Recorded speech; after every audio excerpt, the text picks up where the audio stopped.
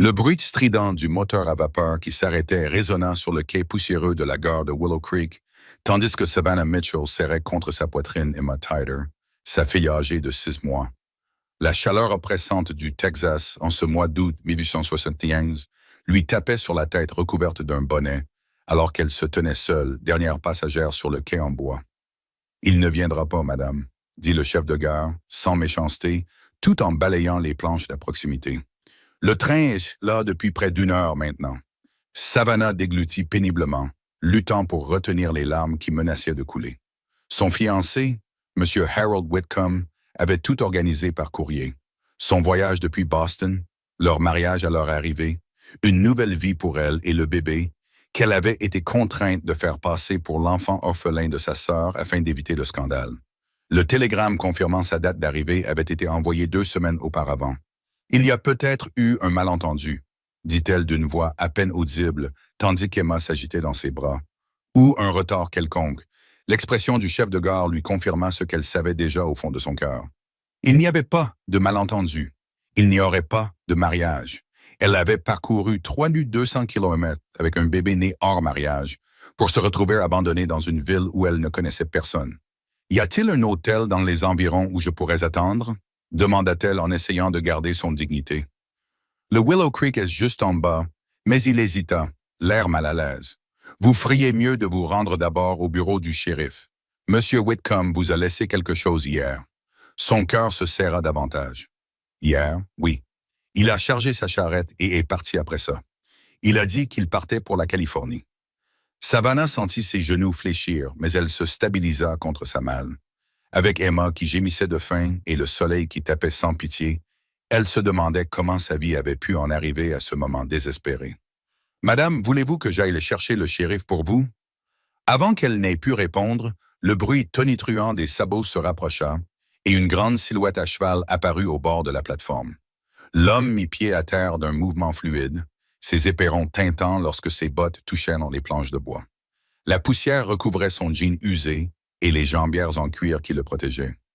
Son visage était partiellement caché par un chapeau à large bords, mais elle pouvait voir une mâchoire forte recouverte d'une barbe de plusieurs jours. « Bonjour, Pete », dit l'homme au chef de gare d'une voix grave et sonore.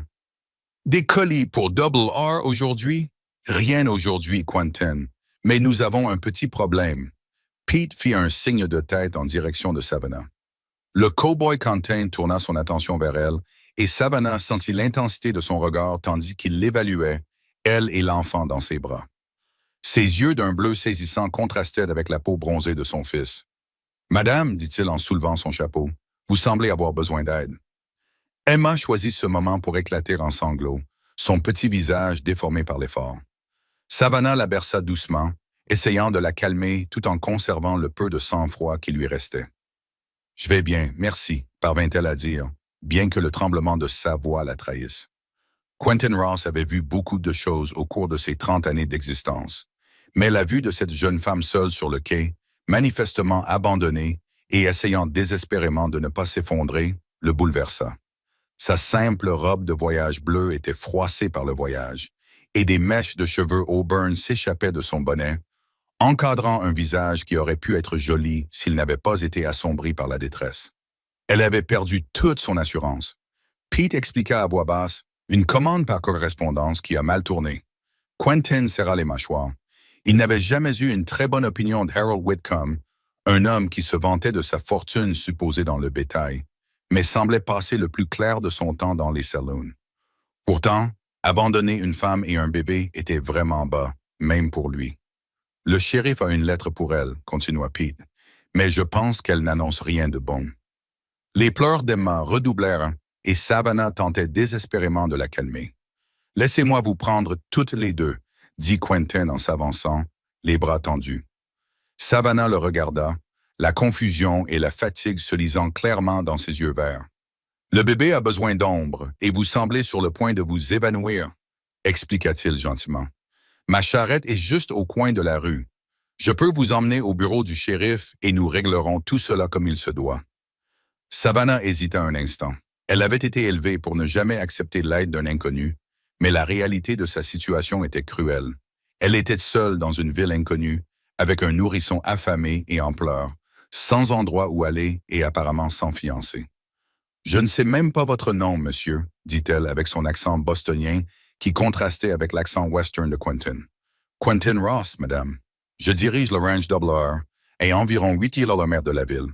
Demandez à n'importe qui ici, tout le monde vous le dira. Pete acquiesça. Quentin est quelqu'un de bien, madame. C'est l'un des éleveurs les plus respectés du comté. Après avoir pris une profonde inspiration, Savannah acquiesça. Merci, monsieur Ross, j'apprécie votre aide. Je m'appelle Savannah Mitchell et voici Emma. Quentin sourit, dévoilant une fossette sur sa joue droite. Enchanté de vous rencontrer toutes les deux. Maintenant, mettons-vous à l'abri de cette chaleur, vous et la petite Emma. Avec une douceur surprenante pour un homme de sa taille, Quentin aida Savannah à descendre de la plateforme, portant sa malle d'une main et soutenant son coude de l'autre. Son chariot était effectivement juste au coin de la rue, un véhicule robuste recouvert d'une bâche qui offrait une ombre bienvenue. Après avoir posé la malle à l'arrière, il se tourna vers elle. « Puis-je » demanda-t-il en désignant Emma. À contre-cœur, Savannah lui tendit sa fille. Le bébé cessa immédiatement de pleurer, apparemment fasciné par la barbe de Quentin et le kécho argenté sur le ruban de son chapeau. Il manipula Emma avec une habileté surprenante, la berçant avec assurance tout en aidant Savannah à monter sur le siège de la charrette. « Vous semblez avoir l'habitude des enfants, » remarqua-t-elle alors qu'il lui rendait Emma et grimpait à côté d'eux. « J'ai aidé à élever mes petites sœurs après le décès de notre mère, » répondit-il en reprenant la corde. « J'ai vite appris que les bébés aiment le mouvement et les nouvelles choses à regarder. » Alors qu'il s'éloignait de la gare, Savannah ressentit un mélange curieux de soulagement et d'appréhension. Elle n'avait aucune idée de ce qui l'attendait au bureau du shérif, mais au moins, elle n'était plus seule sous la chaleur. La rue principale de Willow Creek s'étendait devant eux. Une artère poussiéreuse bordée de bâtiments aux façades factices typiques des villes de l'Ouest. Les gens vaquaient à leurs occupations. Des femmes en robe de calicot et des hommes en vêtements de travail jetaient parfois un regard curieux vers le chariot qui passait. « Ce n'est pas grand-chose, dit Quentin, remarquant son observation. Mais ça se développe. Nous avons maintenant une école digne de ce nom, une église et même un médecin qui n'est pas aussi croque-mort. » Malgré sa situation difficile, Savannah se surprit à sourire légèrement à sa tentative d'humour. « Ça a l'air pittoresque. C'est une façon polie de le dire, » dit-il en riant. « Vous venez de Boston, n'est-ce pas? Votre accent vous trahit. Oui, admit-elle, même si je n'ai pas grand-chose à y retrouver. » Quentin ne la pressa pas de détails, ce dont elle lui fut reconnaissante. Au lieu de cela, il lui montra les bâtiments au fur et à mesure qu'il passait devant le magasin général, la boutique de la couturière, la petite bibliothèque de prêt qui avait été créée l'année précédente. Ils arrivèrent trop vite devant un bâtiment modeste avec l'inscription « Shérif » peinte au-dessus de la porte. Quentin l'aida à descendre du chariot, prenant Emma tandis que Savannah rassemblait ses jupes. « Je peux attendre dehors si vous préférez, » proposa-t-il, mais Savannah secoua la tête. « Entrez, je vous en prie. J'aurai peut-être besoin d'un témoin pour vous raconter ce qui m'attend. » Le shérif Morgan était un homme d'âge moyen, avec une moustache poivre et sel et des yeux bienveillants qui se plissaient au coin. Il leva les yeux de son bureau lorsqu'ils entrèrent, et son expression passa de la surprise à la compréhension lorsqu'il aperçut Savannah et le bébé. « Vous devez être Mel Mitchell, » dit-il en se levant. « Je vous attendais, shérif. Voici Quentin Ross, » présenta Savannah. « Il a eu la gentillesse de m'accompagner depuis le poste. » Le shérif salua Quentin d'un signe de tête. « Enchanté, Ross. » Il se tourna vers Savannah. « J'ai une mauvaise nouvelle à vous annoncer, mademoiselle Mitchell. Monsieur Whitcomb vous a laissé ceci. » Il sortit une enveloppe du tiroir de son bureau avec des doigts tremblants. Savannah la prit. Emma s'était endormie contre la poitrine de Quentin, la petite bouche légèrement ouverte, une main minuscule agrippée à son doigt. La lettre était brève et froidement formelle. « Mademoiselle Mitchell, j'ai le regret de vous informer que les circonstances ont changé depuis le début de notre correspondance. Après mûre réflexion, je ne pense pas être fait pour être mari ou père. J'ai décidé de tenter ma chance en Californie. Vous trouverez ci-joint 20 $ pour vous aider à rentrer dans l'Est, Harold Whitcomb. » Savannah relut la lettre 2 fois avant de lever les yeux, le visage pâle mais impassible. Il est parti en Californie. Il ne reviendra pas. Le shérif Morgan s'éclaircit la gorge, mal à l'aise. « Oui, madame, il est parti hier matin. Il a dit qu'il avait prévu cela depuis un certain temps. Ben, je vois. Elle jeta un coup d'œil aux 20 $ joints à la lettre, qui ne suffirait même pas pour payer la moitié du billet de train jusqu'à Boston. Et je suppose qu'il n'a rien dit concernant mes arrangements. Non, madame, il n'a rien dit. Quentin, qui était resté silencieux pendant toute la conversation, prit la parole. Shérif, mademoiselle Mitchell aura besoin d'un logement. Madame Holloway prend-elle encore des pensionnaires? Oui, mais le shérif hésita. Mais elle n'accepte pas les enfants, finit Savannah, comprenant son hésitation. Je comprends. Y a-t-il quelqu'un en ville qui pourrait l'héberger? Un silence gênant s'ensuivit, confirmant ses craintes. Même dans une ville en pleine expansion comme Willow Creek, une femme seule avec un enfant et sans moyen de subsistance apparent serait au mieux considérée avec suspicion. Mademoiselle Mitchell pourrait rester au Double R, dit soudain Quentin. Nous avons l'ancienne cabane du contremaître. Elle est petite mais propre. Ma sœur Sarah est en visite depuis Denver. Elle pourrait vous tenir compagnie. Savannah le fixa du regard. Monsieur Ross, je ne peux pas vous imposer cela. Ce n'est pas une imposition, l'interrompit-il gentiment. La cabane est vide et nous aurions bien besoin d'un coup de main. Sarah se plaint de devoir cuisiner pour les ouvriers. Vous m'offrez un emploi? Demanda Savannah, ayant du mal à croire ce qu'elle entendait. Le sheet, le couvert et un salaire correct, confirma Quentin, au moins jusqu'à ce que vous décidiez de la suite. Le shérif Morgan observa Quentin en fronçant légèrement les sourcils. C'est très généreux, Ross. C'est pratique, répondit Quentin. Mademoiselle Mitchell a besoin d'un endroit où loger, et j'ai besoin de quelqu'un pour aider Sarah à cuisiner et à faire la lessive. Cela me semble être une solution simple. Savannah savait qu'elle aurait dû refuser. Elle ne savait rien de cet homme, à part son nom et sa profession. Mais quel autre choix avait-elle? Avec 20 $, elle n'irait pas loin, et elle devait penser à Emma. Si votre sœur est d'accord, dit-elle prudemment, je vous serai très reconnaissante, Monsieur Ross. Quentin acquiesça, un léger sourire apparaissant sous sa barbe. Alors, c'est décidé. Nous nous arrêterons au magasin général pour acheter tout ce dont vous aurez besoin avant de partir pour le ranch. En quittant le bureau du shérif, Savannah ressentit un mélange étrange d'émotions. Le désespoir d'avoir été abandonné, le soulagement d'avoir trouvé un refuge temporaire et une inexplicable agitation lorsque Quentin sourit à Emma, qui s'était réveillée et gazouillait à son intention. « Monsieur Ross, dit-elle alors qu'il l'aidait à remonter dans le chariot, pourquoi faites-vous cela? » Il réfléchit d'un instant à sa question avant de répondre. « Ma mère disait toujours que le caractère d'une personne se révèle dans la façon dont elle traite ceux qui ne peuvent rien lui rendre. » Il reposa Emma dans ses bras. De plus, chaque enfant mérite un endroit sûr où dormir, et chaque mère mérite une chance de subvenir aux besoins de son enfant. La sincérité simple de ces mots toucha Savannah au plus profond d'elle-même. Pour la première fois depuis son arrivée à Willow Creek, elle se permit d'entrevoir une lueur d'espoir. Le magasin général était un véritable trésor où l'on trouvait tout le nécessaire et quelques petits luxes. Pendant que Quentin discutait des commandes de nourriture avec le propriétaire, Savannah choisit quelques articles modestes, du savon, des épingles à cheveux et des couches pour Emma. Elle comptait soigneusement les pièces de monnaie de ses maigres économies lorsque Quentin apparut à ses côtés. « Ajoutez ça à mon compte, Joe, » dit-il au commerçant, ignorant les protestations de Savannah. « Et ajoutez-moi quelques bâtons de menthe poivrée et une boîte de ces biscuits pour le thé de l'Est. »« Monsieur Ross, je ne peux pas vous permettre de le déduire de votre salaire, » dit-il doucement.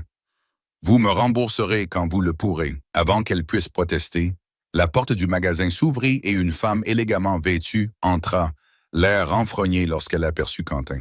« Monsieur Ross, dit-elle d'un ton sec, je croyais que vous évitiez la ville les jours de livraison. »« Madame Péton, répondit Quentin en soulevant son chapeau avec une politesse exagérée.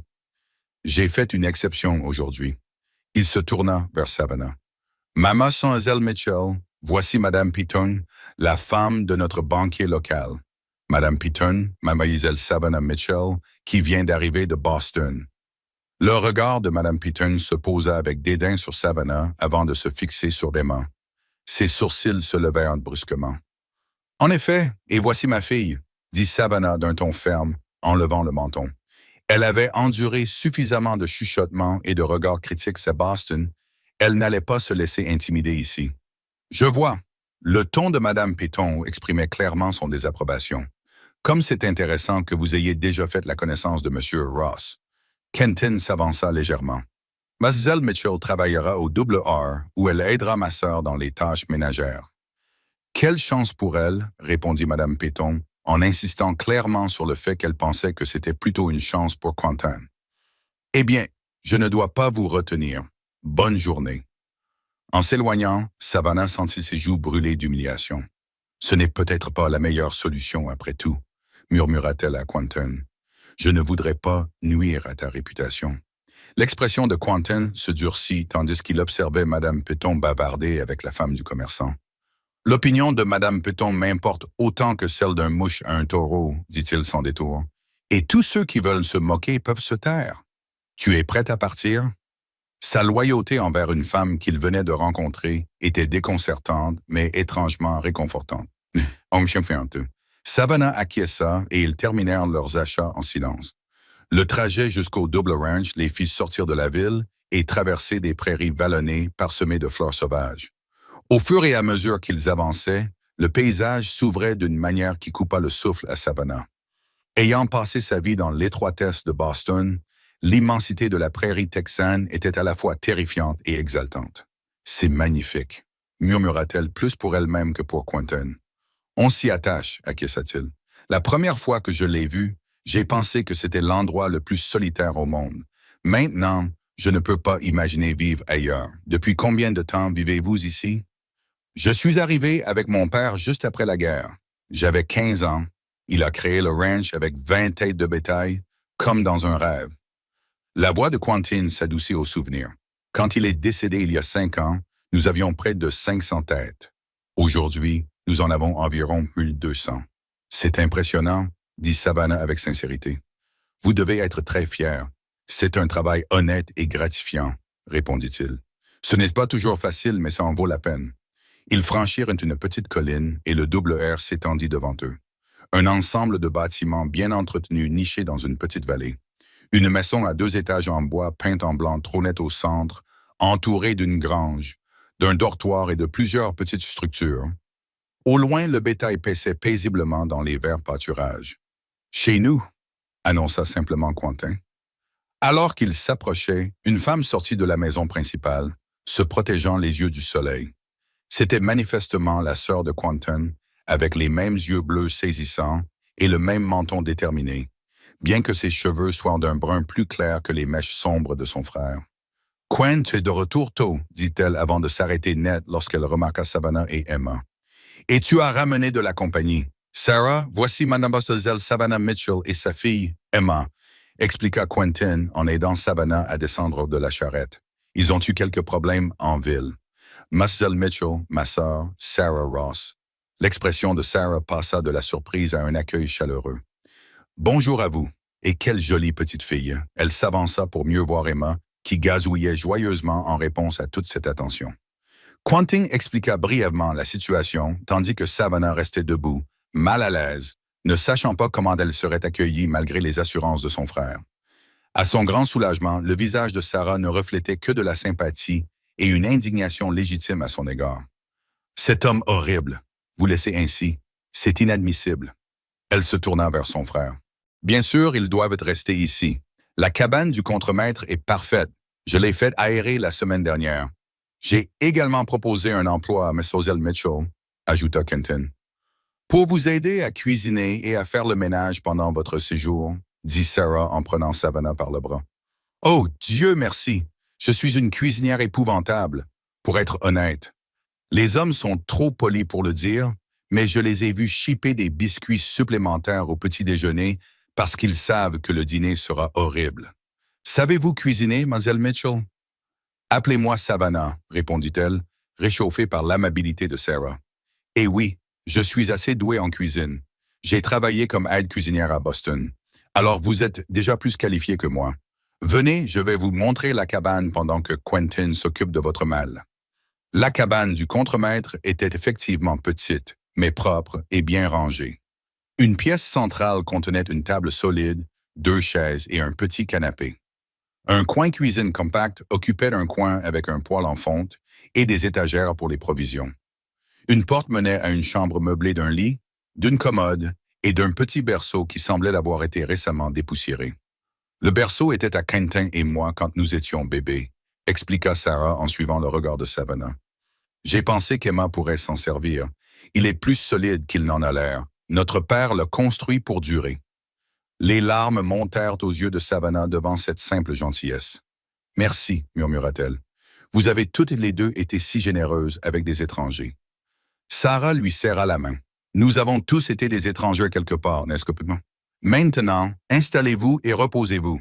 Le dîner sera servi à 18 heures dans la maison principale, mais ne vous inquiétez pas pour aider aujourd'hui. Vous avez vécu une épreuve difficile. Restez seul avec Emma. Savannah s'assit sur le bord du lit et se laissa enfin aller à pleurer de soulagement, d'épuisement et de peur persistante quant à ce que l'avenir leur réservait. Emma la regarda avec des yeux solennels avant de tendre sa petite main potelée pour caresser sa joue humide, comme pour la réconforter. « Tout ira bien, ma chérie », murmura Savannah en embrassant les doigts de sa fille. D'une manière ou d'une autre, tout ira bien. Quelque temps plus tard, un léger coup à la porte réveilla Savannah, qui s'était endormie avec Emma dans ses bras. La nuit était tombée et la cabane était plongée dans l'obscurité, à l'exception d'un mince rayon de lune qui filtrait à travers la fenêtre. « Mademoiselle Mitchell, » dit la voix de Quentin à travers la porte. « Sarah m'envoie vous chercher pour le dîner. »« Tout va bien? »« Un instant, » répondit-elle précipitamment en redressant sa robe et ses cheveux avant d'allumer la lampe près du lit. Lorsqu'elle ouvrit la porte, Quentin se tenait là, un panier couvert dans les mains. « J'ai pensé que vous en auriez besoin, » dit-il en lui tendant le panier. À l'intérieur se trouvaient des couches, un petit pot de compote de pommes et une couverture en flanelle douce. Sarah dit « Les bébés ont besoin de beaucoup de choses. » Cette attention la fit presque perdre son sang-froid.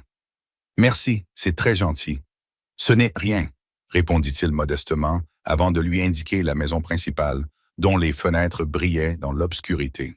« Le dîner sera prêt quand vous serez prêt. » La maison principale était confortablement meublée, avec un mélange de meubles bien travaillés et de touches chaleureuses, des tapis tressés, des couvertures drapées sur les chaises et des étagères remplies de livres. La table de la salle à manger était dressée pour 3, avec une chaise haute à côté d'une des places. « On mange à la main dans le dortoir », expliqua Sarah en apportant un plat de poulet rôti. « Sauf pour les occasions spéciales, ça permet de manger plus tranquillement. » Le dîner fut étonnamment agréable. Sarah entretenait la conversation en racontant sa vie à Denver, où elle était enseignante, tandis que Quentin intervenait de temps à autre pour la taquiner gentiment ou apporter des précisions. Ils posèrent des questions à Savannah sur Boston, mais évitèrent avec tact de s'enquérir de sa situation ou du père d'Emma. Ce n'est qu'après le repas, lorsque Sarah eut emmené Emma voir la collection de petits animaux en bois que Quentin avait sculptés au fil des ans, que Savannah se retrouva seule avec son hôte. « Votre sœur est adorable, » dit-elle en l'aidant à débarrasser la table malgré ses protestations. « Vous avez de la chance de vous avoir l'un l'autre. Elle est pleine d'énergie. » Il acquiesça avec une affection évidente. « Elle est aussi très intelligente. J'aurais pu me marier une 12aine de fois, mais elle tient à faire quelque chose de sa vie d'abord. »« Et vous ?» Savannah osa-t-elle demander. « Vous n'avez pas de femme qui vous attend ?» Une ombre passa sur son visage. Il y en avait une autre fois. Ça n'a pas marché. Le ton définitif de sa voix découragea toute autre question. Elle lui posa plutôt des questions sur le ranch et ils s'animèrent, lui expliquant le rythme saisonnier de l'élevage bovin, les défis posés par la météo et les prix du marché, ainsi que ses espoirs d'agrandir leur exploitation. « Je t'ennuie, » dit-il soudainement, remarquant qu'elle réprimait un bâillement. « Pas du tout, » le rassura-t-elle. « C'est fascinant. J'ai juste eu une journée assez chargée, » dit-elle son expression s'adoucissant. « Bien sûr, je vous raccompagne à la cabane. » Dehors, la nuit était animée de sons que Savannah n'avait jamais entendus en ville. Des grillons, des coyotes au loin, le mugissement doux du bétail. Au-dessus d'eux, les étoiles parsemaient le ciel en un nombre qui dépassait l'imagination. « Je n'ai jamais vu autant d'étoiles, » murmura-t-elle en s'arrêtant pour les regarder. Quentin s'arrêta à côté d'elle, le visage tourné vers le ciel. « L'un des meilleurs aspects de la vie ici, c'est qu'on se sent à la fois petit et grand, n'est-ce pas? »« Oui, exactement, » acquiesça-t-elle, surprise par son observation poétique. Ils restèrent un moment en silence avant qu'il ne reprenne la parole. Mademoiselle Mitchell Savannah, je veux que vous sachiez que vous êtes la bienvenue ici aussi longtemps que vous le souhaitez. Je n'attends rien de plus que le travail dont nous avons discuté. Elle se tourna vers lui, son visage éclairé par le clair de lune. Pourquoi m'aidez-vous vraiment? Vous devez savoir ce que cela peut donner d'accueillir une femme étrangère avec un enfant. Je suppose que oui, admit-il. Mais je ne me suis jamais beaucoup soucié de ce que pensent les gens. Et pour savoir pourquoi, réfléchit-il un instant, parce que c'était la bonne chose à faire, et parce que lorsque je vous ai vu debout à la gare, essayant tant bien que mal de paraître courageuse, quelque chose m'a dit que vous méritiez qu'on vous aide. Son honnêteté la désarma. Je ne sais pas quoi dire, sauf merci. Vous n'avez rien à dire. Reposez-vous. Demain, on verra bien ce qu'on fera. En le regardant retourner vers la maison principale, Savannah sentit une chaleur inconnue envahir sa poitrine, les premiers germes d'espoir prenant racine dans un sol qu'elle croyait stérile. Le lendemain matin, le soleil brillait dans un ciel clair et limpide, illuminant l'intérieur de la cabane. Savannah se réveilla et trouva Emma déjà debout dans son berceau, jouant joyeusement avec ses orteils. Après les avoir habillées toutes les deux et avoir rangé la cabane, elle se rendit à la maison principale, déterminée à gagner sa vie. Elle trouva Sarah dans la cuisine, regardant d'un air désespéré un bol de pâte grumeleuse. « Oh, Dieu merci !» s'écria Sarah en la voyant. « Dis-moi que tu sais faire des biscuits qui ne servent pas de quelle porte. » Savannah rit et retroussa ses manches. « Je vais voir ce que je peux faire. » Lorsque Quentin revint de sa ronde matinale, la cuisine était remplie d'une odeur alléchante de biscuits frais, d'œufs et de café. Il s'arrêta sur le seuil, l'air agréablement surpris par la scène qui s'offrait à lui. Savannah au fourneau, Emma jouant sur une couverture à proximité et Sarah mettant la table. « Ça sent bon !» dit-il en retirant son chapeau et en le suspendant à un crochet près de la porte. « Savannah est une magicienne, déclara Sarah. Attends de goûter ces biscuits. » Le petit déjeuner était en effet une révélation comparée aux précédents efforts de Sarah. Quentin mangea avec enthousiasme, complimentant Savannah pour chaque plat. « Si tu cuisines comme ça pour le dîner, les domestiques risquent de se révolter si jamais tu pars, » dit-il en se servant d'un autre biscuit. « Je ferai de mon mieux pour ne pas vous décevoir, » répondit-elle, ravie de son approbation. Après le petit déjeuner, Savannah insista pour prendre entièrement en charge les tâches ménagères, libérant Sarah qui put ainsi se consacrer à ses propres activités. Elle passa la matinée à faire du pain et à préparer un ragoût pour le dîner, sous le regard satisfait d'Emma qui jouait dans son coin improvisé. Vers midi, Sarah revint avec une proposition. « Je dois aller en ville pour faire des courses. Tu veux venir? Ça te ferait du bien de mieux connaître les environs. » Savannah hésita, se souvenant de l'accueil glacial de Madame Peton. « Je ne suis pas sûre d'être la bienvenue. »« Mais non, voyons. » Sarah balaya ses inquiétudes d'un geste de la main. « Madame Peton n'est qu'une vieille grincheuse. La plupart des gens à Willow Creek sont très sympathiques une fois qu'on apprend à les connaître. » À contre-cœur, Savannah accepta.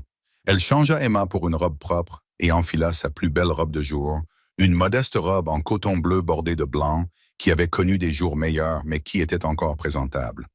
Le trajet jusqu'à la ville fut agréable, Sarah lui montrant les points de repère et lui racontant l'histoire locale. Contrairement à son frère, qui était à l'aise avec le silence, Sarah remplissait chaque instant de bavardages joyeux. « Quentin m'a dit que tu avais travaillé comme aide-cuisinière à Boston, » dit-elle alors qu'elles approchaient de la ville. « C'était dans un restaurant ou chez des particuliers? »« Une pension pour jeunes filles? » répondit Savannah. « J'y ai vécu plusieurs années après la mort de mes parents. »« Je suis désolé pour tes parents, » dit Sarah avec sincérité. « Perdre les nôtres a été la chose la plus difficile que Quentin et moi ayons jamais vécue. Vous aviez quel âge? » « J'avais 16 ans quand mon père est décédé. 18 ans quand j'ai perdu ma mère. » Savannah ne précisa pas que sa mère était morte autant de chagrin que de tuberculose, s'éteignant peu après l'accident mortel de son mari dans le chantier naval où il travaillait. « Et puis vous êtes venu dans l'Ouest, » suggéra Sarah. Savannah hésita, ne sachant pas trop quoi révéler. Oui, finalement, il y avait peu d'opportunités pour moi à Boston. Le regard perspicace de Sarah suggérait qu'elle comprenait plus que ce que Savannah disait, mais elle n'insista pas.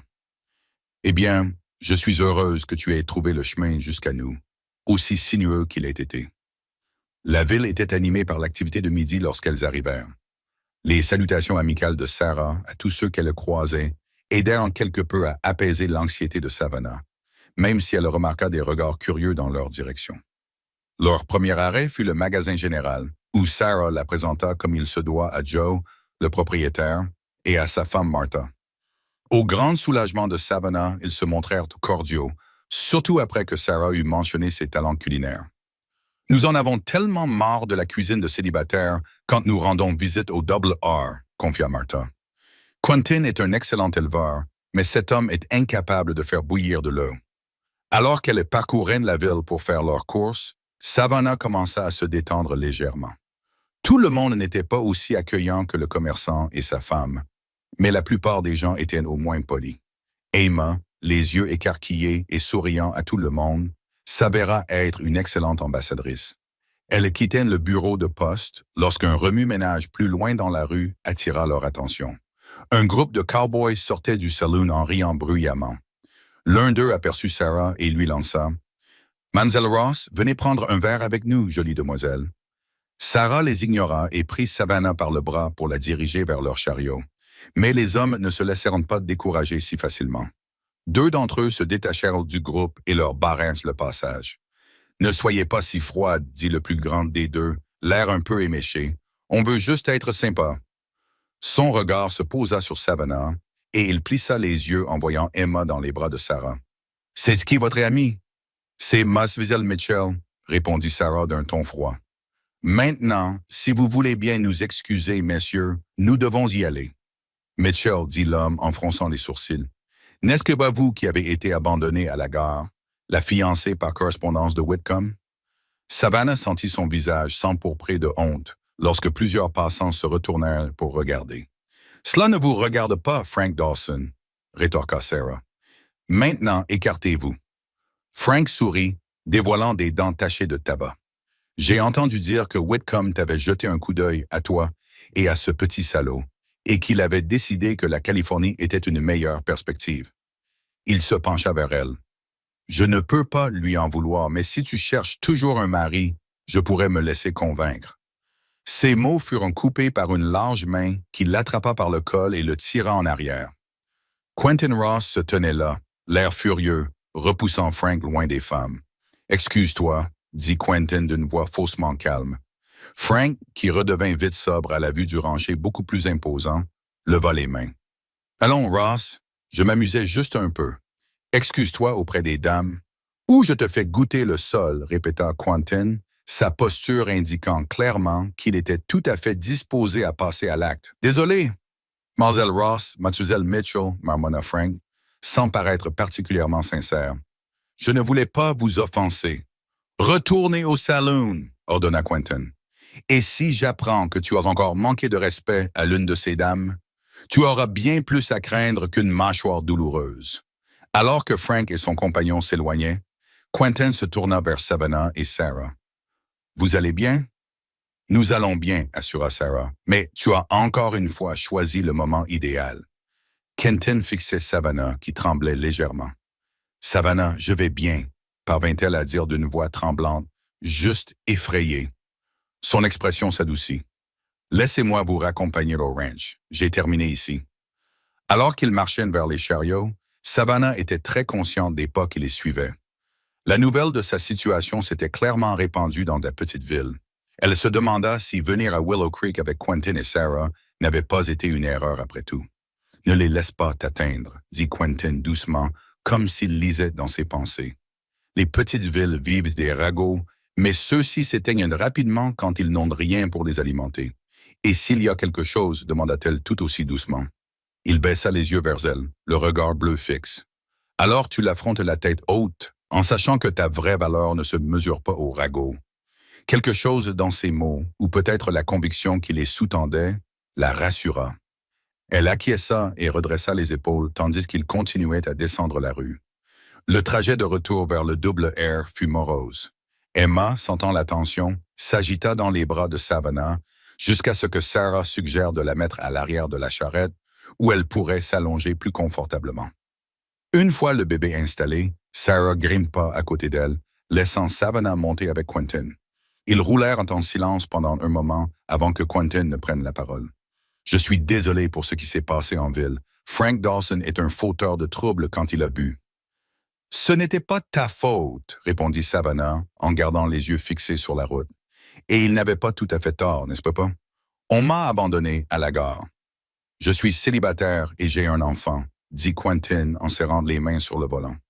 Cela ne donne le droit à personne de te parler ainsi. Peut-être pas, mais c'est la réalité à laquelle je suis confronté. Ma présence dans ton ranch ne fera qu'alimenter les ragots et les jugements. Je devrais trouver une autre solution dès que possible. C'est ce que tu veux? Demanda-t-il d'une voix neutre. Savannah le regarda enfin. Ce que je veux n'a aucune importance. Je dois penser de manière pragmatique pour le bien d'Emma. Avec tout le respect que je vous dois, ce n'est pas une réponse, insista Quentin. Voulez-vous quitter le Double R? La question l'a pris au dépourvu. Voulait-elle partir? En seulement un jour, le ranch avait commencé à lui sembler comme un refuge, un endroit où elle pouvait respirer librement pour la première fois depuis des mois. Non, admit-elle doucement. Mais ce que je veux et ce qui est de mieux ne sont pas toujours la même chose, réfléchit Quentin. Et si ça pouvait l'être? Et si rester au Double R était à la fois ce que tu veux et ce qui est le mieux pour toi et Emma? Comment ça pourrait être possible? Tu as vu comment les gens ont réagi. Ça ne fera qu'empirer avec le temps. Les gens parleront où que tu ailles, fit-il remarquer. Au moins, au ranch, tu as Sarah et moi pour te soutenir, et les employés respectent mon jugement. Ils ne te causeront aucun problème. Sa confiance était rassurante, mais Savannah ne pouvait chasser ses doutes. Vous me connaissez à peine, Monsieur Ross. Pourquoi êtes-vous si déterminé à m'aider? Quentin resta silencieux si longtemps qu'elle crut qu'il ne répondrait pas. Quand il prit enfin la parole, sa voix était basse et réfléchie. Quand j'étais enfant, avant que nous venions dans l'Ouest, ma mère a recueilli une jeune femme en difficulté, enceinte et célibataire, abandonnée par l'homme qui avait promis de l'épouser. Il gardait les yeux fixés sur la route, mais Savannah pouvait voir ses mâchoires se crisper.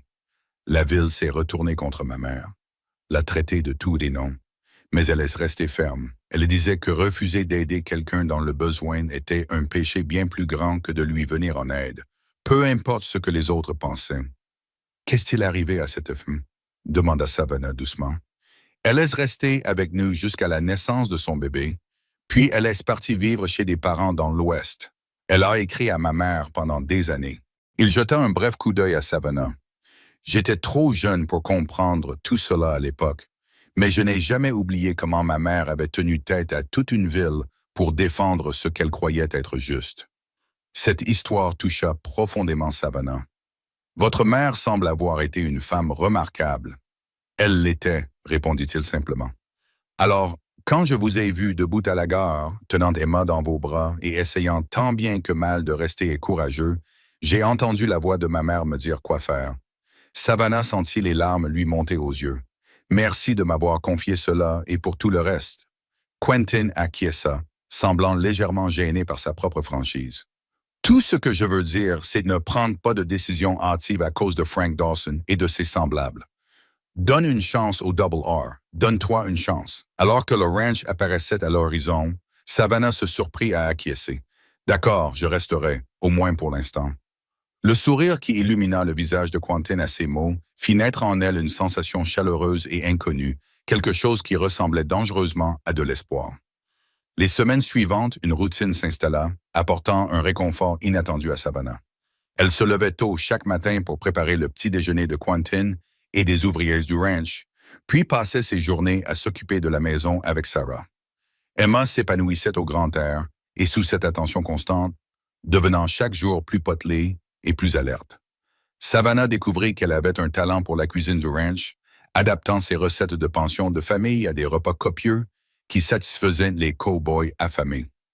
Les ouvriers, d'abord méfiants envers la nouvelle venue, se réchauffèrent rapidement à son égard lorsqu'ils goûtaient en sa cuisine. Bientôt, ils lui tiraient respectueusement leur chapeau lorsqu'ils la croisaient dans le ranch. Sarah s'est révélée être une véritable amie, partageant avec elle ses histoires et ses rires pendant qu'elles travaillaient ensemble. Elle a appris à Savannah la vie au ranch, quelle plante était bonne pour la médecine, comment repérer un orage dans le ciel, le nom de tous les chevaux de l'écurie. En échange, Savannah lui a fait découvrir la mode et la littérature de l'Est, des sujets qui fascinaient la jeune femme. « J'ai réfléchi, dit Sarah un après-midi, alors qu'elles étendaient le linge derrière la maison principale. La danse des récoltes aura lieu dans 2 semaines. Tu devrais venir avec nous. Savannah se raidit légèrement. Elle n'était pas retournée en ville depuis l'incident avec Frank Dawson. Je ne pense pas que ce soit une bonne idée. Mais non, insista Sarah. C'est le plus grand événement social de la saison. Tout le monde y sera. Il y aura de la musique, de la danse, à manger. C'est très amusant. C'est justement ça le problème, fit remarquer Savannah. Je ne pense pas que je serai la bienvenue. Sarah épingla une chemise sur la corde avec une force inutile. Laisse-les essayer de te mettre mal à l'aise. D'ailleurs, tu seras avec nous. Personne n'oserait être impoli. C'est gentil de ta part, mais Quentin sera déçu si tu ne viens pas. Interrompit Sarah, l'air innocent, mais le regard malicieux. Il attendait cela avec impatience. Savannah sentit ses joues s'échauffer. Il te l'a dit? Pas en ces termes, admit Sarah, mais je connais mon frère. Il a passé beaucoup de temps à s'assurer que tu te sentais à l'aise ici. C'était vrai. Malgré son emploi du temps chargé à la gestion du ranch, Quentin prenait chaque jour le temps de voir comment allaient Savannah et Emma. Parfois, il s'agissait simplement d'une brève visite à la cuisine pour goûter ce qu'elle avait préparé. D'autres fois, il s'attardait après le dîner pour divertir Emma pendant que Savannah débarrassait la table, ou il la rejoignait sous le porche le soir pour lui montrer les constellations dans le ciel nocturne. Ces moments de tranquillité étaient devenus le moment fort de la journée pour Savannah, même si elle essayait de ne pas trop se demander pourquoi. « J'y réfléchirai », avait-elle promis à Sarah, qui lui avait souri triomphalement.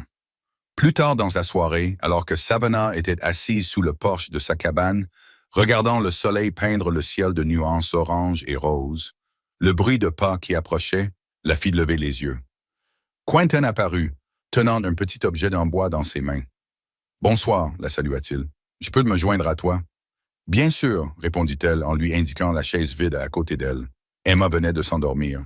Il s'installa dans la chaise avec un soupir de satisfaction. Le meilleur moment de la journée, n'est-ce pas? Le travail est terminé, la nuit est encore jeune et tout est possible. Savannah sourit à cette remarque poétique. Vous êtes un vrai philosophe, Monsieur Ross, Quentin, corrigea-t-il gentiment. Après tout ce temps, je pense que nous pouvons nous passer des formalités, n'est-ce pas, Quentin? Elle acquiesça, aimant la façon dont son nom roulait sur sa langue. Il lui tendit l'objet en bois qu'il tenait à la main. C'était un petit cheval finement sculpté. Je l'ai faite pour Emma. J'ai pensé qu'elle l'aimerait quand elle serait un peu plus grande. Savannah le prit et passa ses doigts sur ses contours lisses.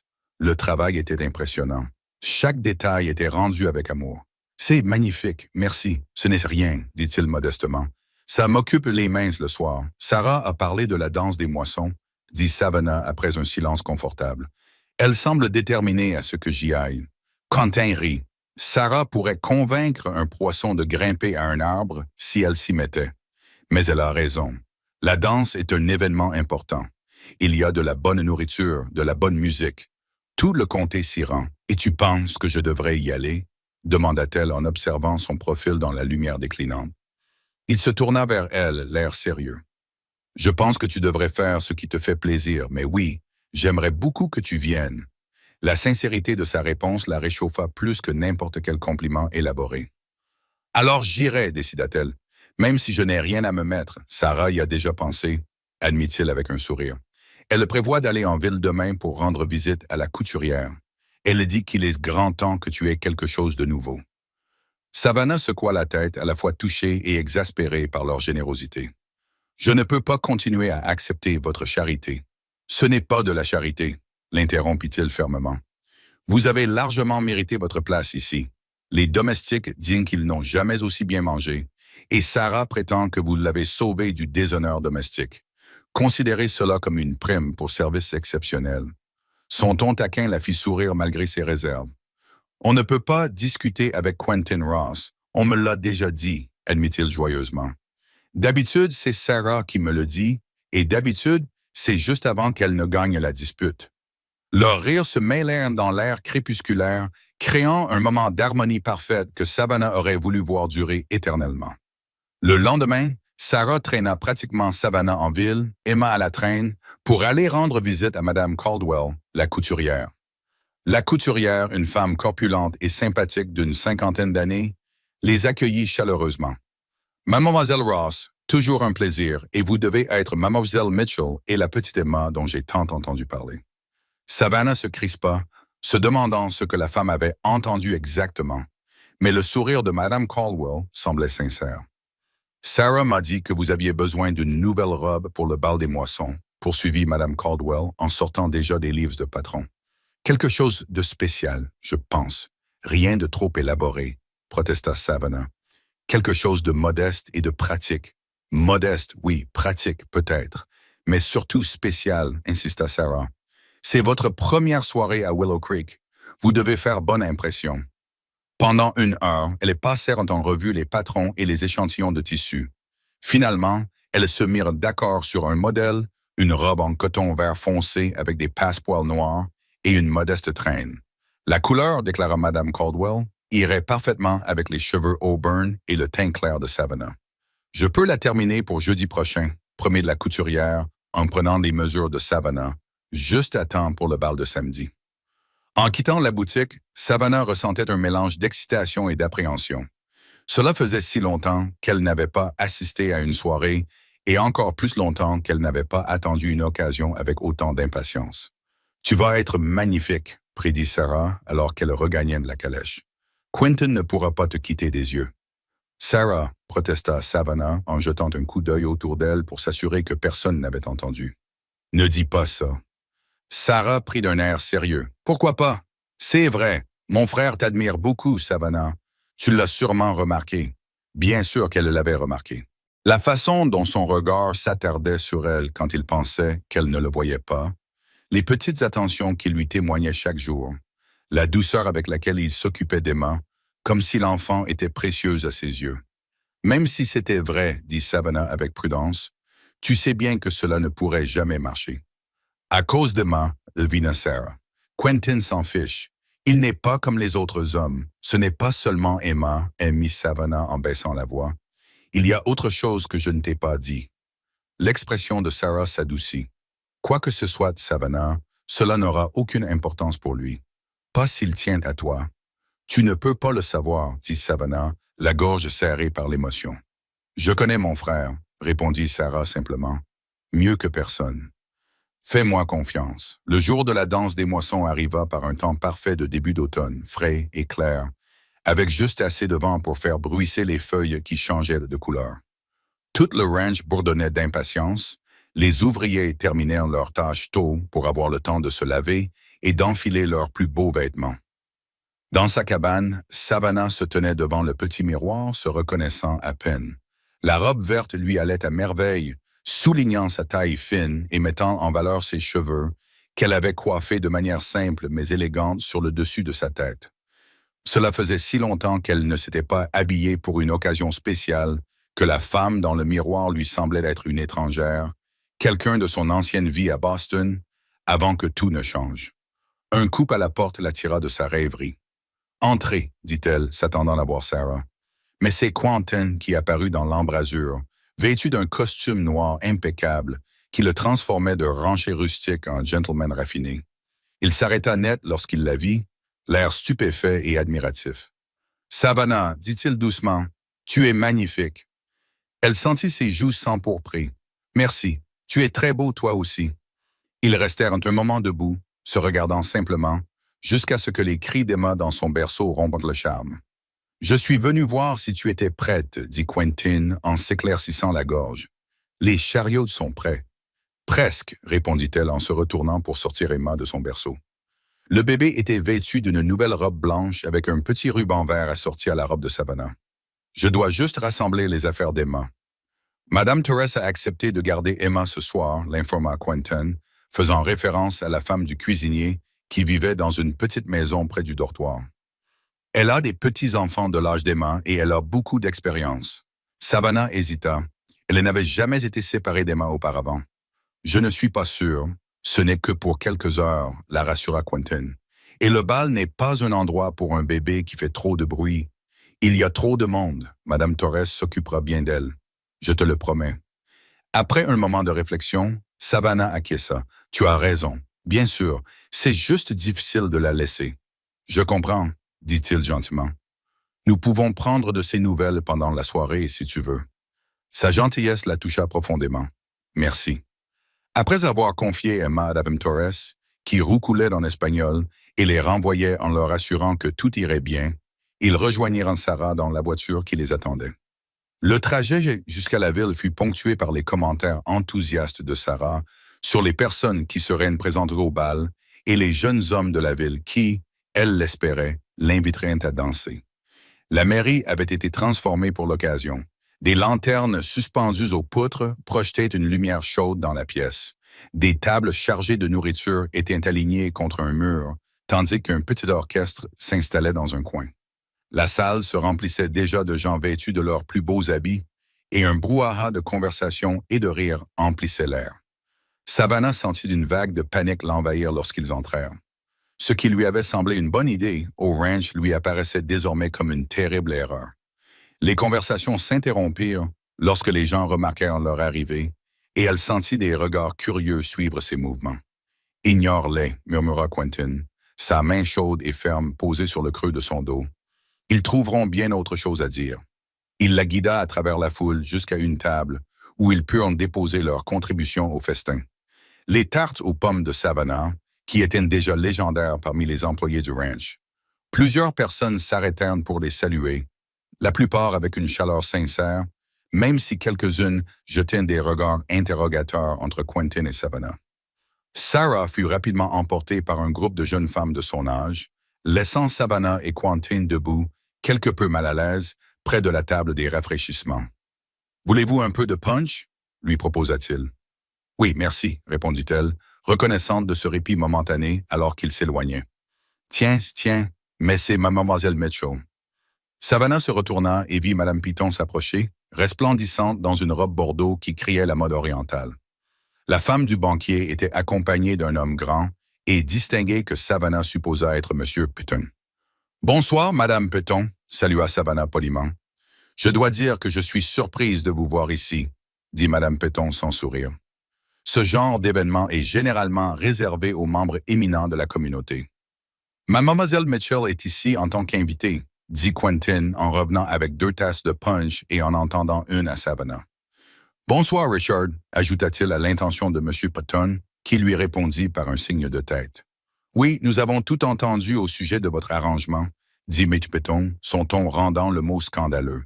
« C'est très charitable de votre part, M. Ross. » L'expression de Quentin se durcit. « Il n'y a rien de charitable là-dedans. Mademoiselle Mitchell est une excellente cuisinière et femme de ménage. Le double R a de la chance de l'avoir. » En effet, Madame Piton haussa un sourcil. « Et c'est tout ce qu'elle est pour vous, votre gouvernante? » Savannah sentit son visage s'empourprer d'embarras et d'indignation. Avant que Quentin n'ait pu répondre, M. Piton posa une main retenant celle de sa femme. « Victoria, je crois que le maire essaie d'attirer notre attention, » dit-il fermement, bien que Savannah ne voyait aucun signe de ce genre de l'autre côté de la pièce. « Veuillez nous excuser, M. Ross, » dit Mlle Mitchell. « Passez une bonne soirée. » Alors qu'il s'éloignait, Quentin se tourna vers Savannah, l'air troublé. « Je suis désolé.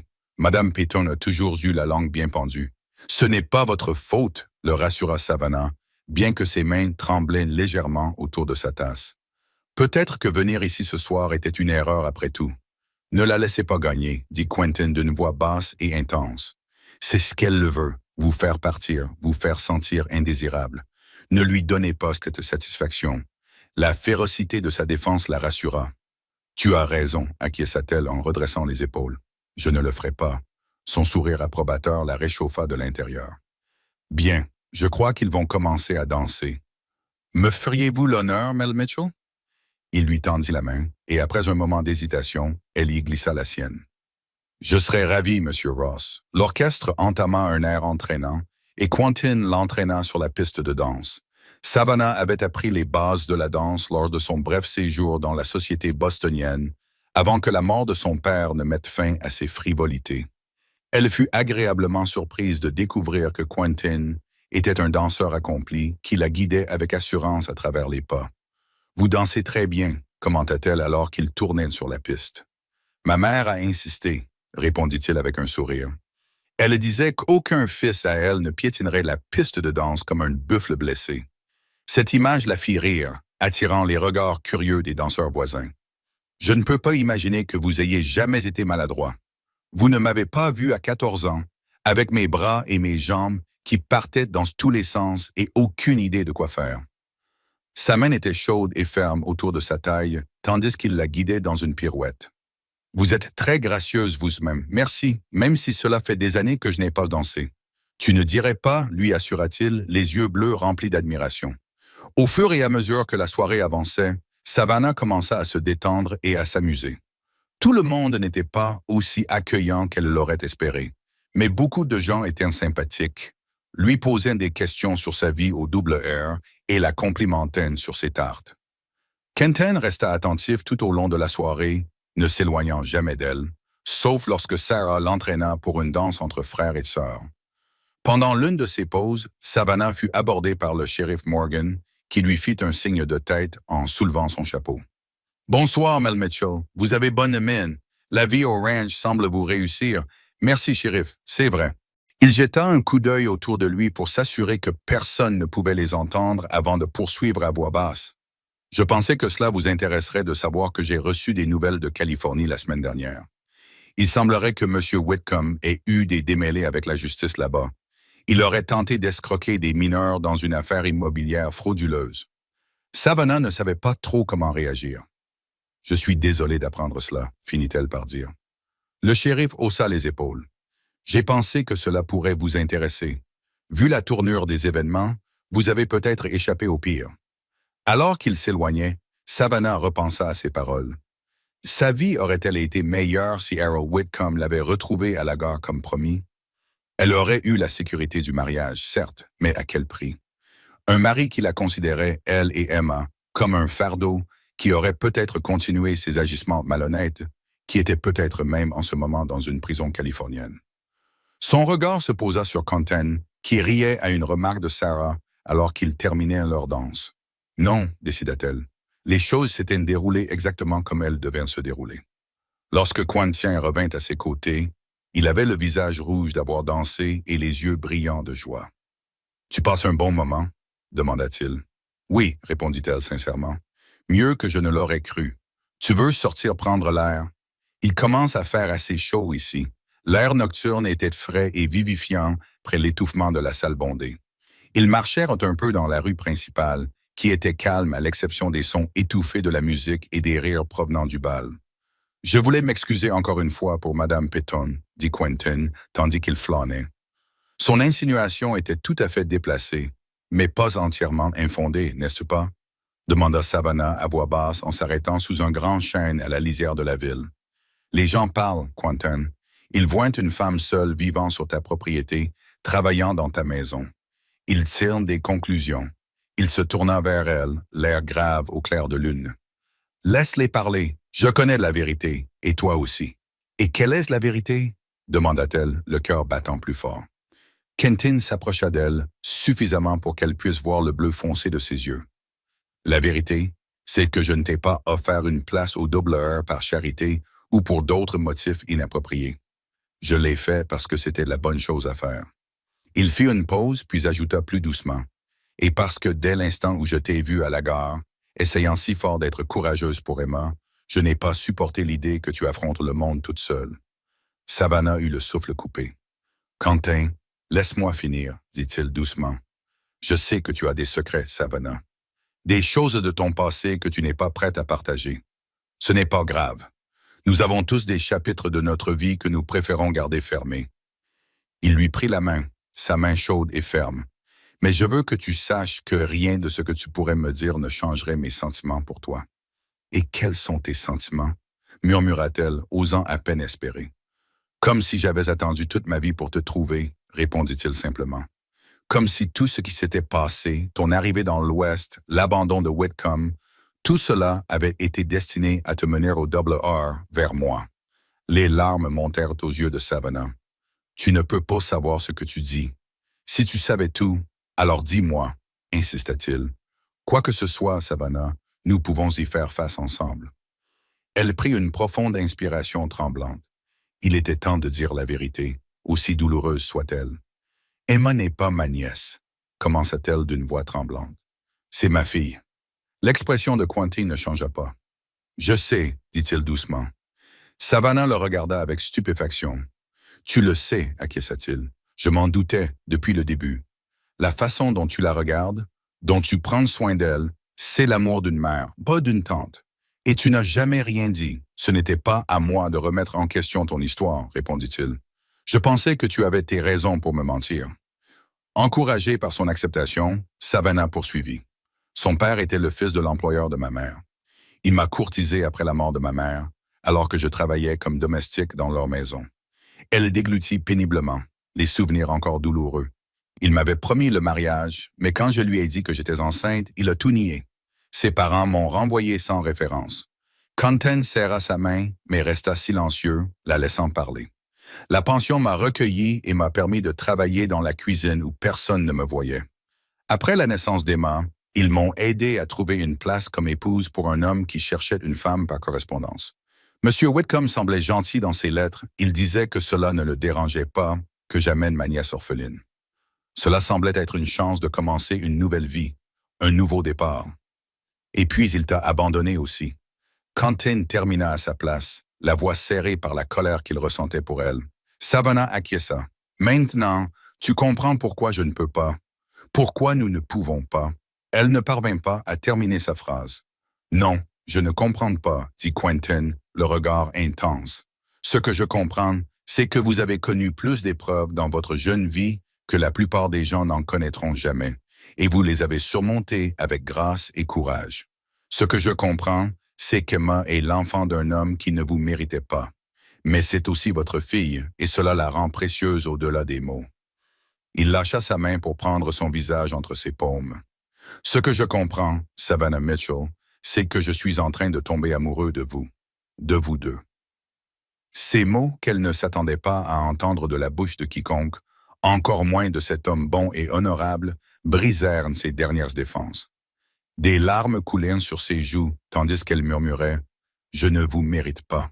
Tu mérites tellement plus que ce que je peux t'offrir. » la corrigea-t-il en essuyant ses larmes avec ses pouces. « Mais je passerai chaque jour à essayer si tu me le permets. » En guise de réponse, Savannah se mit sur la pointe des pieds et pressa ses lèvres contre les siennes, dans un baiser qui contenait tous les mots qu'elle ne pouvait encore prononcer. Il l'enlaça, fort et protecteur, et lui rendit son baiser avec une tendresse qui lui fit mal au cœur. Lorsqu'ils se séparèrent enfin, Quentin posa son front contre le sien. « Nous devrions y retourner, murmura-t-il. Les gens vont parler. »« Laisse-les, répondit Savannah avec une confiance nouvelle, ce qui le fit rire. Ils retournèrent danser main dans la main, sans se soucier du regard des autres, ni des conclusions qu'ils pourraient en tirer. Sarah les aperçut de l'autre côté de la pièce et haussa un sourcil en voyant leurs mains enlacées et les joues rougies de Savannah. Quentin fit un léger signe de tête à sa sœur, qui lui répondit par un sourire radieux d'approbation.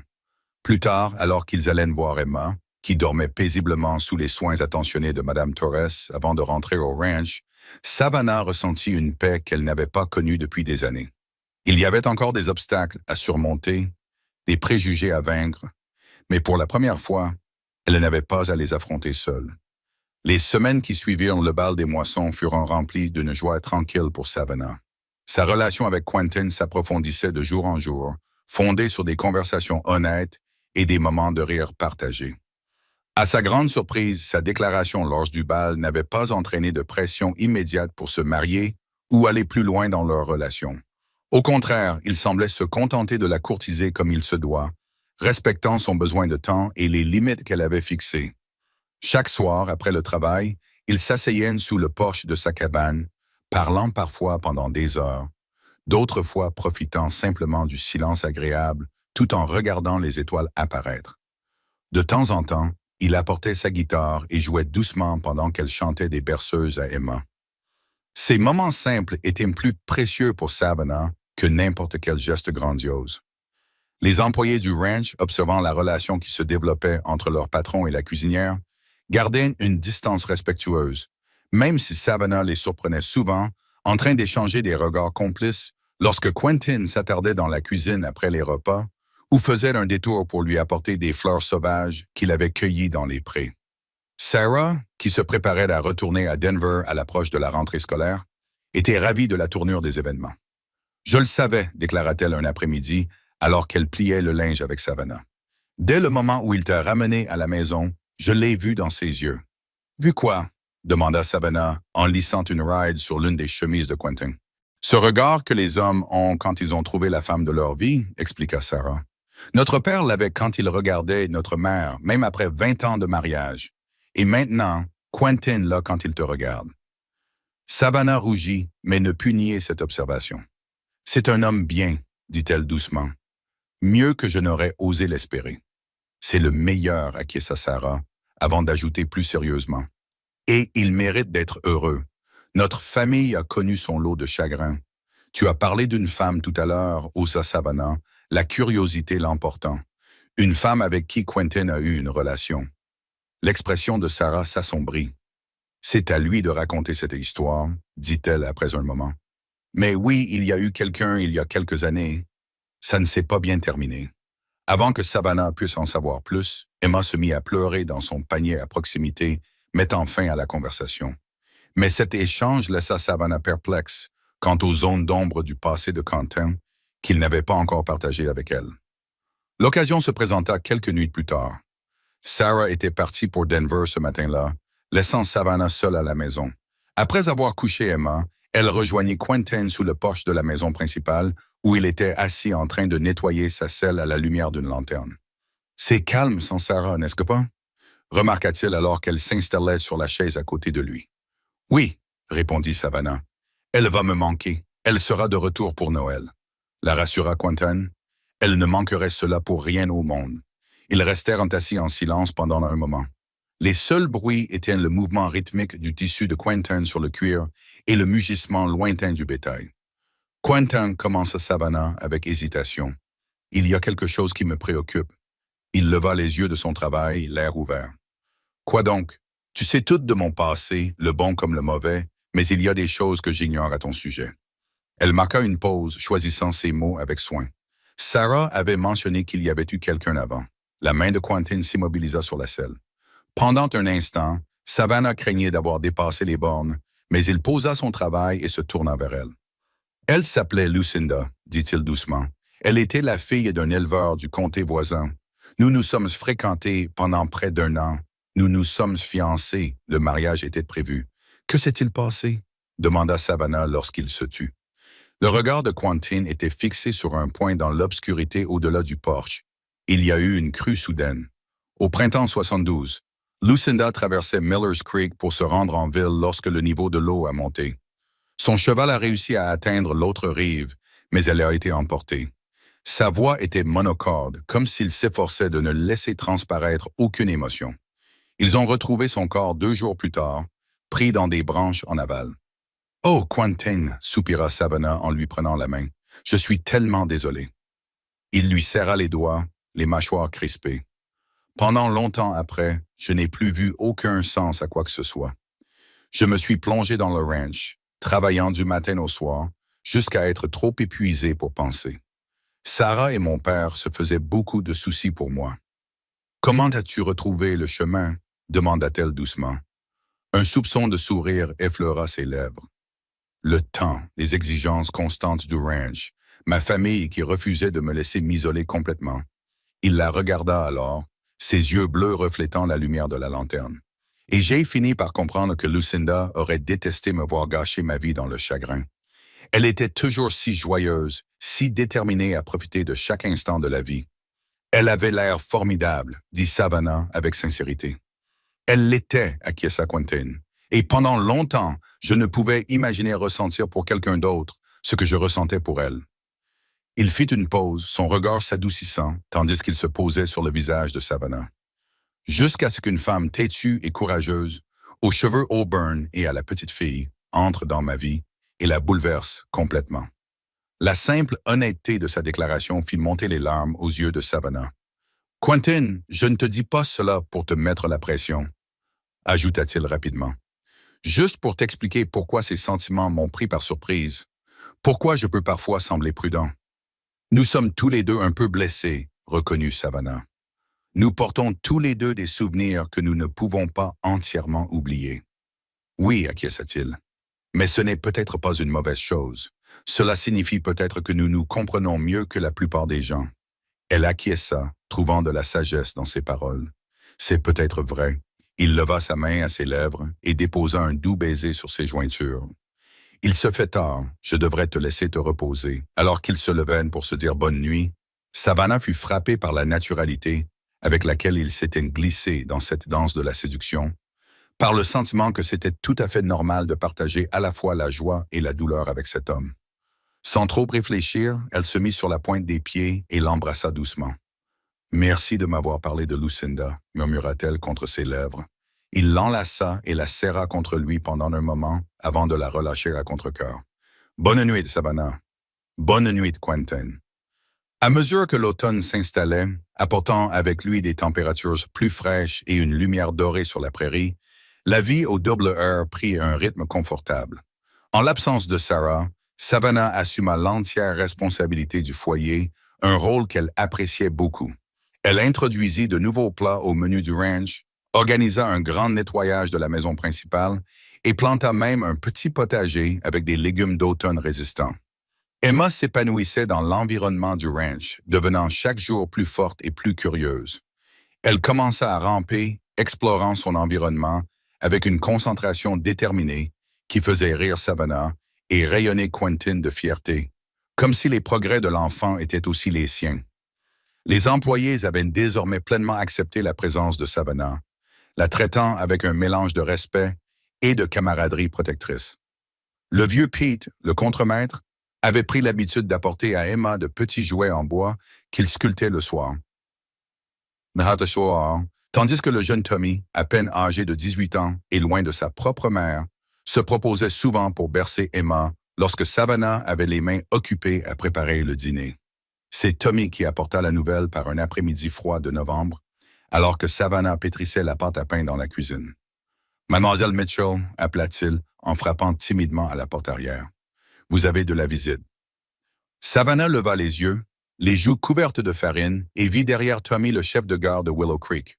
Son cœur se serra en voyant son expression solennelle. « Pete », dit-elle en essuyant ses mains sur son tablier. « Quelque chose n'est pas en ordre ?» « Pas exactement, madame, » répondit Pete en tournant son chapeau entre ses mains. « Mais j'ai un télégramme pour vous. Il semblait important, alors je l'ai apporté moi-même plutôt que d'attendre que quelqu'un vienne en ville. » Savannah accepta le papier jaune avec des doigts tremblants. Qui pouvait bien lui envoyer un télégramme?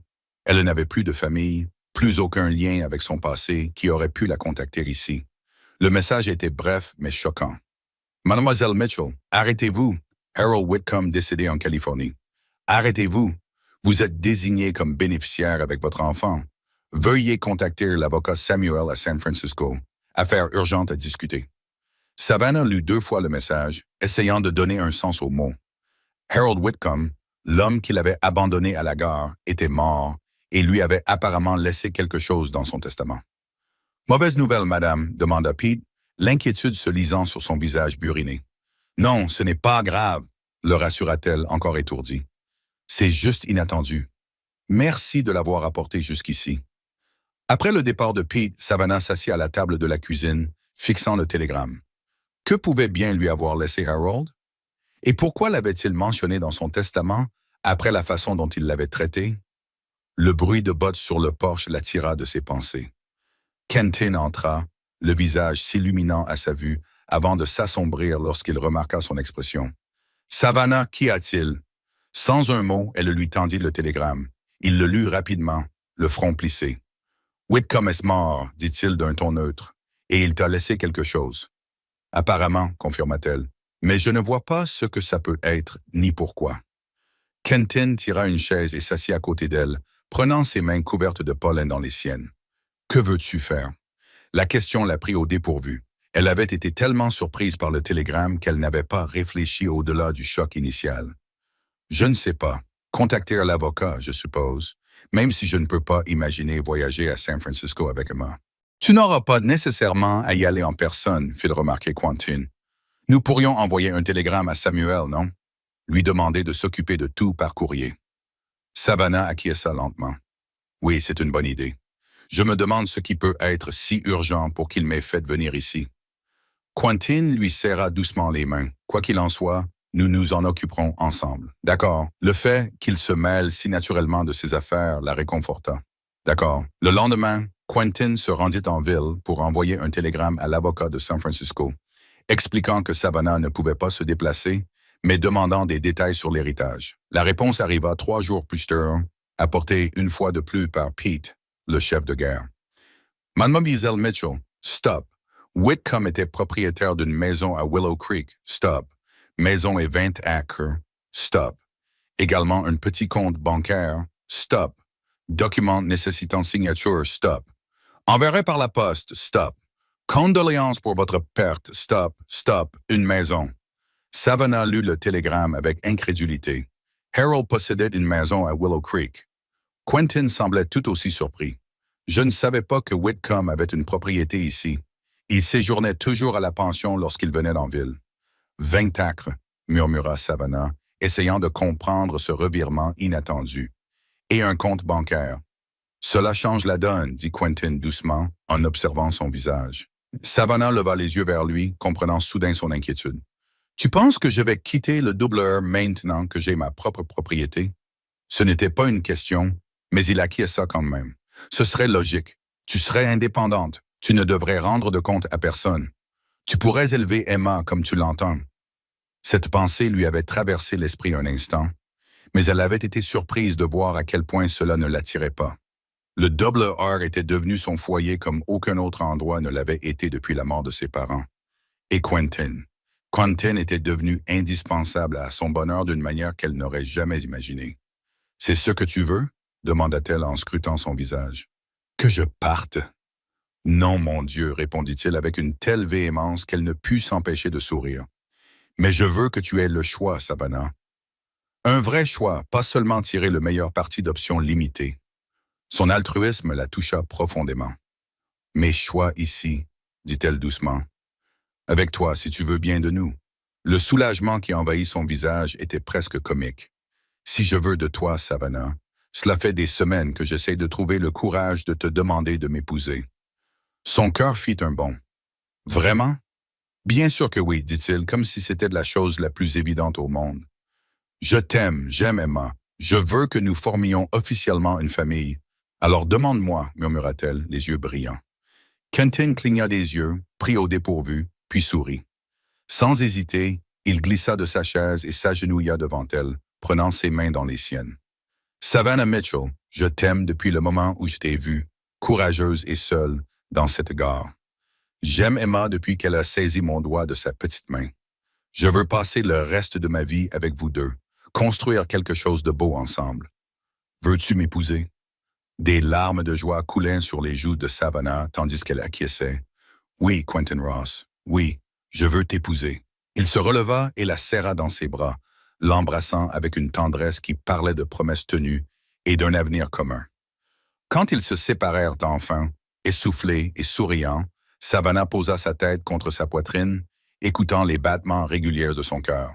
« Et la propriété? » demanda-t-elle après un moment. « La maison de Harold, » réfléchit Quentin. « Elle est à toi, tu en feras ce que tu veux. Nous pourrions la vendre ou la garder comme investissement. Ou, il hésita, nous pourrions l'utiliser pour aider d'autres personnes dans le besoin. Des femmes dans la même situation que toi, des enfants qui ont besoin d'un endroit sûr. » Cette suggestion correspondait si parfaitement au caractère de Quentin, généreux, attentionné, toujours cherchant à transformer la chance en quelque chose qui profite aux autres, que Savannah sentit son cœur se gonfler d'amour pour lui. « C'est une idée merveilleuse, dit-elle en le regardant avec des yeux brillants. Un lieu de nouveau départ, comme l'avait été le Double R pour moi. Le mariage eut lieu la veille de Noël. Sarah était revenue de Denver pour être la demoiselle d'honneur de Savannah, et Emma, qui avait presque 1 an, observait la cérémonie depuis les genoux de Madame Torres. La petite église de Willow Creek était décorée de branches de sapin et de rubans rouges, et la lumière des bougies baignait la cérémonie d'une lueur chaleureuse. Savannah portait une robe simple, en satin ivoire, que Sarah l'avait aidée à choisir dans un catalogue, ainsi que le voile en dentelle de sa mère qu'elle avait transporté à travers le pays dans sa malle. Quentin, vêtu d'un nouveau costume noir, la regardait descendre l'allée avec une expression d'émerveillement et d'amour si intense qu'elle fit monter les larmes aux yeux même des ranchers les plus stoïques présents.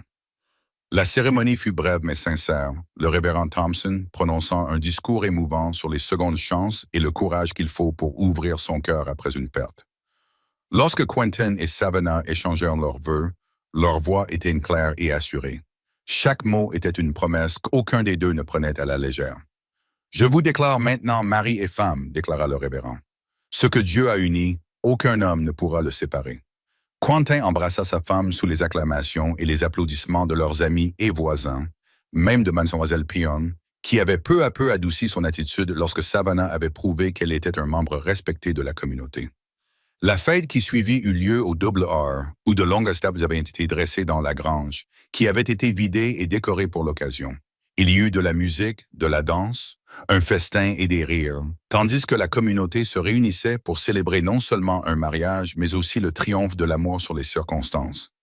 Plus tard dans la nuit, après le départ des invités, alors qu'Emma dormait paisiblement dans son berceau dans la nurserie de la maison principale, anciennement la chambre de Sarah, Quentin porta Savannah sur le seuil de leur maison.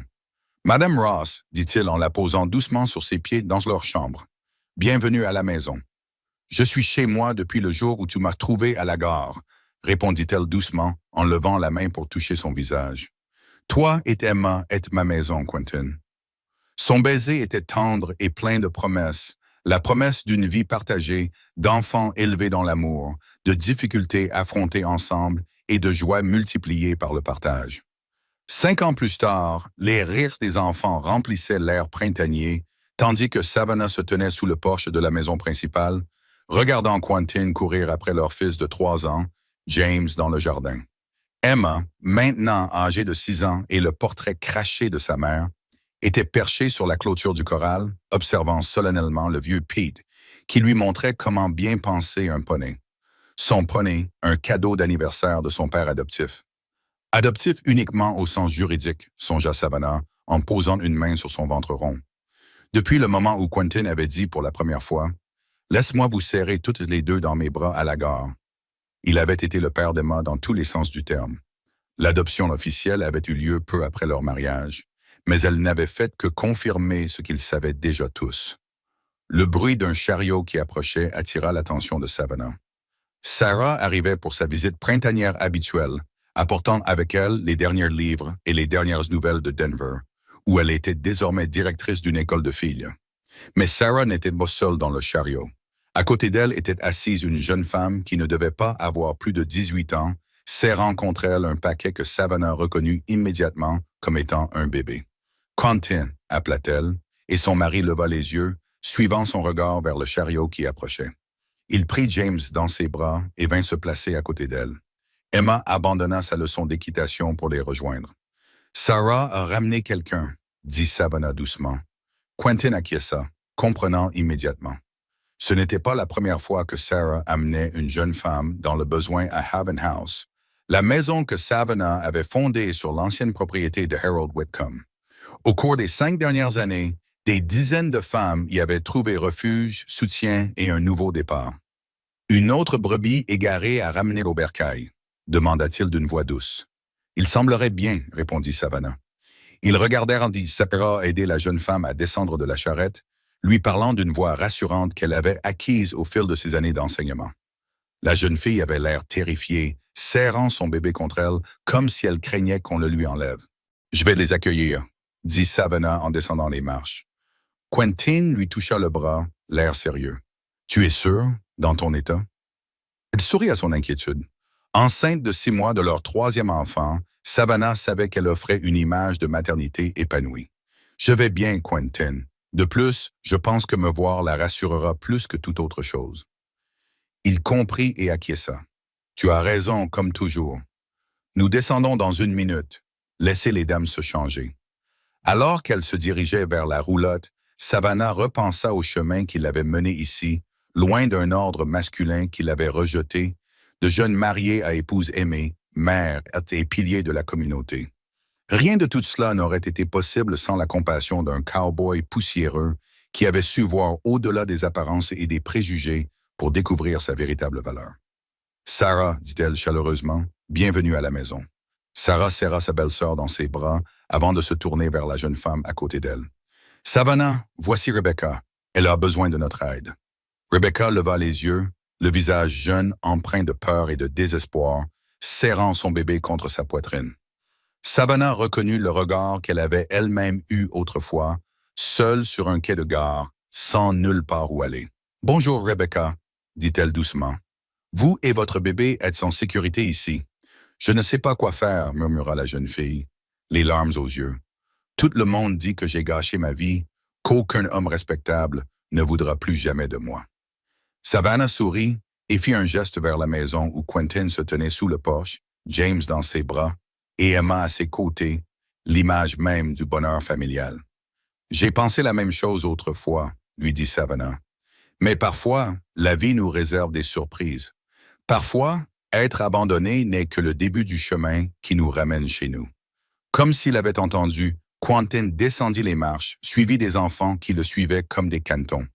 Même après toutes ces années, sa vue faisait encore battre le cœur de Savannah. « Venez, dit-elle en prenant doucement Rebecca par le bras. Je vais te présenter mon mari. Il a un faible pour les femmes avec des bébés qui ont besoin d'un coup de main. » Et tandis qu'il marchait vers cette famille forgée par la compassion et les secondes chances, Savannah bénit silencieusement le jour où une femme commandée par correspondance avait été abandonnée à la guerre avec un bébé, jusqu'à ce qu'un cowboy lui dise « Laissez-moi vous prendre toutes les deux dans mes bras. » Peraí, tô com fome? Opa!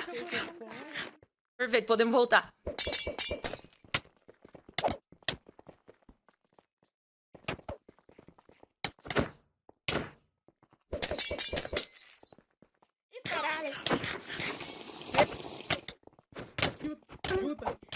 Junta na chope, junta na chope.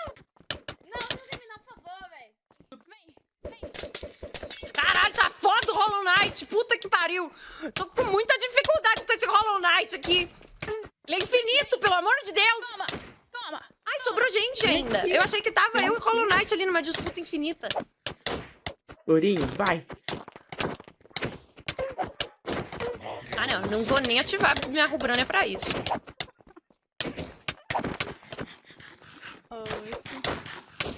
Ai, que fome. Pausa pra comer. Obrigada, agradecida. Vixe, tretas. Meu Deus, guerra.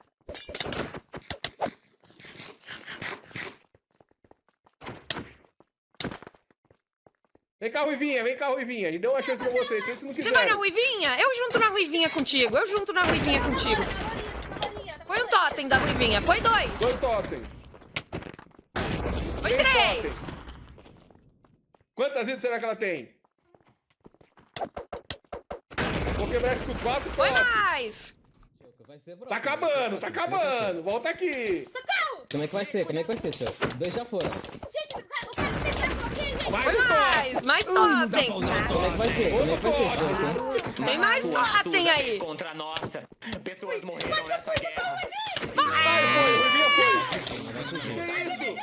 Seu tempo está acabando. Ajuda, ajuda, ajuda. Onde é que você tá, Choque? Tô aqui, tô aqui, tô aqui. Tome, tome, tome, tome. Toma lá aí, toma aí. Já Foi, tentar foi, ajuda, foi, né? foi, Choque, foi. Larga minha amiga. Vem cá. Ah, mata eu aqui, Vem cá, então vai. desce aqui você. Ah, Desce aqui você é fraco. Corre não, corre não. Eu vou te pegar ele, eu vou te pegar ele. Uma pedra que não vale. Tá passando fome? Tá passando fome? Opa, olha o totem. Tá passando Olha o desespero? totem. Olha o Vai acabar o totem. Vai acabar o totem, hein? Totem. Ó, vai acabar o totem. O J. Macedo não te deu ferramenta suficiente, foi? Faltou ajuda do papaizinho? Faltou ajuda do papaizinho, Jotinha Macedo? Mas você voltou, eu tinha te matado já. Volta aqui. Volta aqui, deixa eu me divertir. Deixa eu lá me divertir com ela. ai, eu tô muito lenta. Eu tô Que muito situação, hein? Ô, na minha irmã não, gente. Na minha irmã não vai estar dando. Gente. Ela Vou ter que tá me matar vocês. Na minha irmã não vai, na minha irmã não vai estar dando. Ô, Ela Steph. tá me Ô, batendo, ela tá me batendo. Ah, não, calma, calma. Ela é gente de bem? Que se ela é gente de bem, eu paro. Que isso? Ai, eu não consigo mover. calma, calma. Do seu totem. Do seu totem. Pega o grito, pega seu Totem. Rápido. Ó, tá rápido no gatilho, hein? Tá rápido no gatilho. Tá rápido na troca do totem, puta merda. Ô, Luquinhas, eu te dei tempo pra bater no solo, Luquinhas. Tá de brincadeira, tá até mutado, pô. Não tem microfone, não, cara. Ô, Luquinhas, porra. Submensal sem microfone ainda, caralho. Porra, vai ter que morrer porque eu não tenho microfone. Foi o totem! Foi outro! Esse aqui é o maior grandeiro do servidor, gente. Morreu. Morreu? Aí, foi. Foi, Foi. boa! Saia da minha amiga. Não vai ter como, ô, Lourinho. Viva Games, eu sabia! É. Eu sabia! Chegou a tua hora. Toma! Ó, mas totem, vai. O J Macedo não deu muita coisa pra vocês, né? Gasta! Eita! Quase virou uma... como é gostoso matar gente! Agora vocês entendem a Rubrânia, galera! Quando Lourinho, chega a vou ter hora, que usar todo meu mundo knockback entende pra como a parede, Rubrânia Lourinho. funciona. Eu vou usar meu knockback em você, E Lourinho. aí, J Macedo, tua galera tá passando fome, é? Não quer vir no mano a mano, não? Você se engana. Você... Vai, gente! Você se engana Matei totalmente. 3. Porque o que Nice, eu Júlio. guardei pra vocês é É? muito maior. Mostra aí, Vai então. tomar no cu, seu bombeiro do caralho. Mãe piranha, pau no cu do caralho. Some daqui, vai, ladrão do caralho, vai. Ô, some. Há muito mais. Some, mãe piranha. Vai pra puta que te pariu. Essa saída não foi. É, libera nós de botar TNT no chão aí, por favor. Vocês gostaram de mim também? Vambora! Ela tem a varinha, pô. Ô, louco, tô vendo um veado pulando aqui. Aparentemente tem ursos e veados. Veado? Não ser um servo, um corno. mago. Pera, mas um mago viado? Que isso? Vingança pelo parkour. Com você, Nogal, tô com você, Nogal. A vida tá difícil, mas não tá impossível, Nogal. A nossa vida ia tá difícil se a gente dependesse do J Macedo pra alguma coisa. Pera. Mas onde está o espelho? Vai comer. Peraí. Bora. É que eu vou comer também. Puxa a magia aqui, ó. Pega. Opa, e aí, beleza? Vem, Bagi, pode vir. Não me apresentei pra vocês, sabem meu nome como, hein? Aparentemente fiquei famosa no J também, esse J. Mais mal falada. Minha fama me precede, né? Fazer o quê?